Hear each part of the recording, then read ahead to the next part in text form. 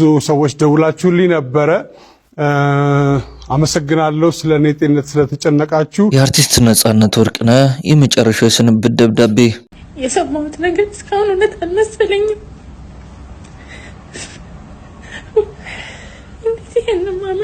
አርቲስቷ ሀዘኗን መቋቋም በፍጹም አልቻለችም። በዛሬው ዕለት ከሰዓታት በፊት ሁላችሁም እንደሰማችሁት እንግዲህ እጅግ የምንወደውና የምናደንቀው ህመሙ እንኳን ወዳጆቹን እንዳስጨነቅ በሳቅ ሸፍኖ የቆየው ቀልድ አዋቂው አርቲስት ነጻነት ወርቅነህ ህልፈቱ ከተሰማ ጀምሮ ብዙዎች ይህንን እውነት አምነው መቀበል አልቻሉም። ቤተሰቦቹ ደግሞ ያሉበት ሁኔታ ምን አይነት ማጽናናት ያበረታቸው ይሆን የሚያስብል ነው።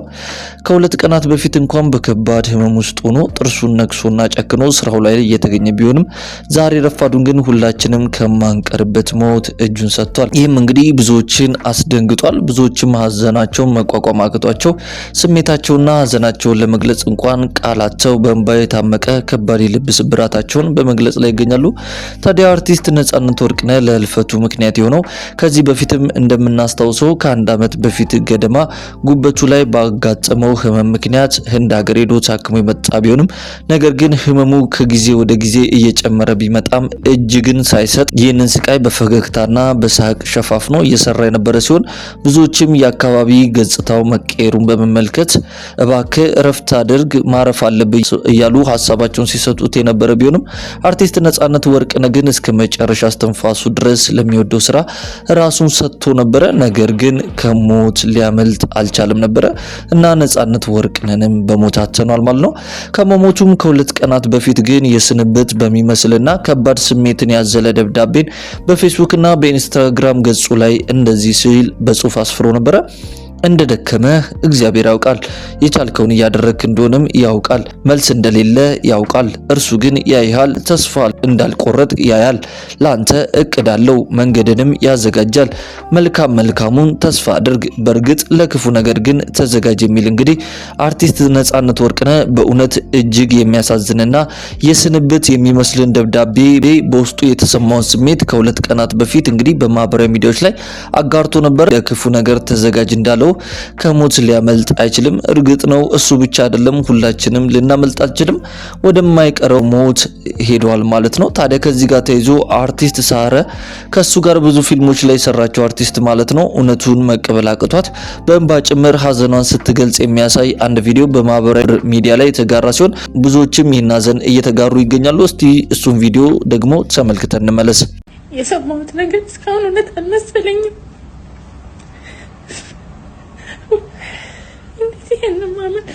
ይህን እንዴት ማመን ይቻላል?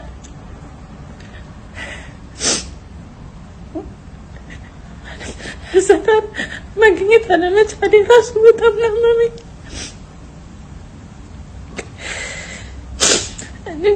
ለቤተሰቦቹ እግዚአብሔር መጽናኛውን ይስጣችሁ። የሁላችንንም ሳቅ ነው የወሰድክብን። እነዚህ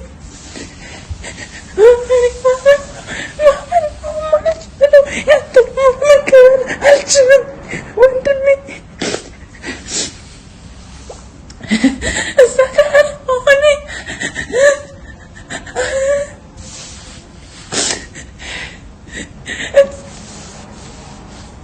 ምን እንደምናላቅም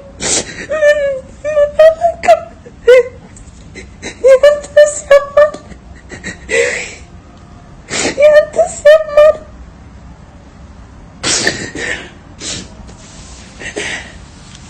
እዛ ጋር መገኘት ባለመቻሌ ቅጥል እንደዚህ ለቤተሰቦች መስለኛውን ይስጣቸው፣ ለወዳጆች ሁሉ መስለኛውን ይስጣቸው። ምን ማለት ይችላለሁ? ወንድሜ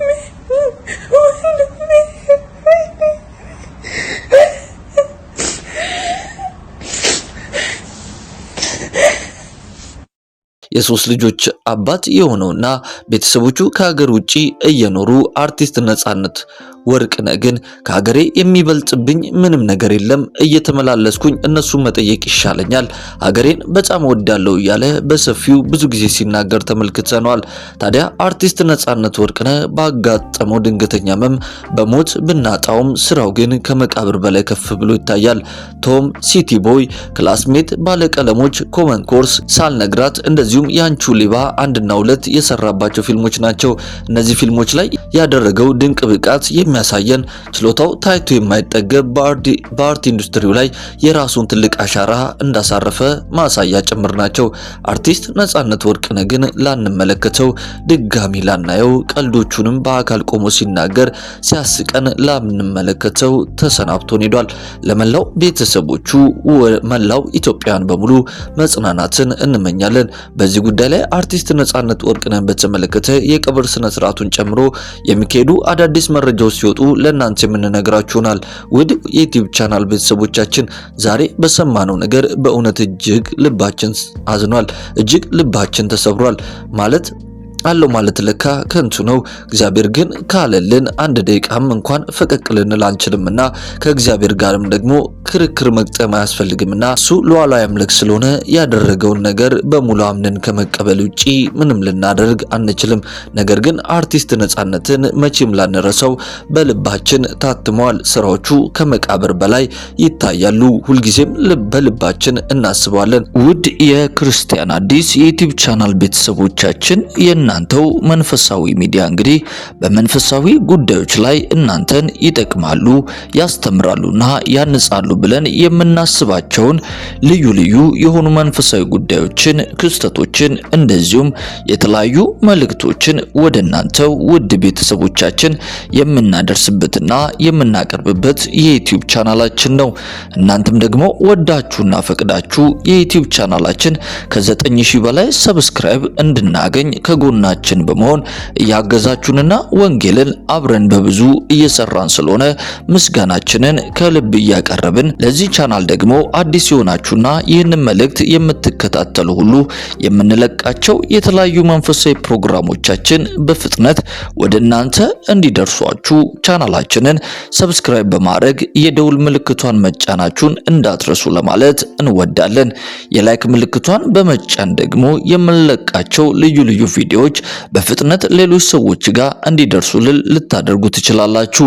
በተጨማሪም ወደ እናንተ በመናቀርባቸው ልዩ ልዩ መንፈሳዊ ይዘት ያላቸው ፕሮግራሞቻችን ላይ የእናንተ የቤተሰቦቻችን አስተያየት ደግሞ የበለጠ እንድንሰራ ስለሚያግዘንና ስለሚያበረታን በሐሳብ ሳጥን መስጫው ቦታ ላይ ሐሳብና አስተያየታችሁን በቅንነትና በጨዋነት ብታስቀምጡልን እኛም የምንመለከተውና ምላሽ የምንሰጥ መሆናችንን ለመግለጽ እንወዳለን። ውድ የክርስቲያን አዲስ የዩቲዩብ ቻናል ቤተሰቦቻችን ዛሬ ወደ እናንተ ይዘን የመጣነው ፕሮግራም ይህንን ይመስል ነበረ።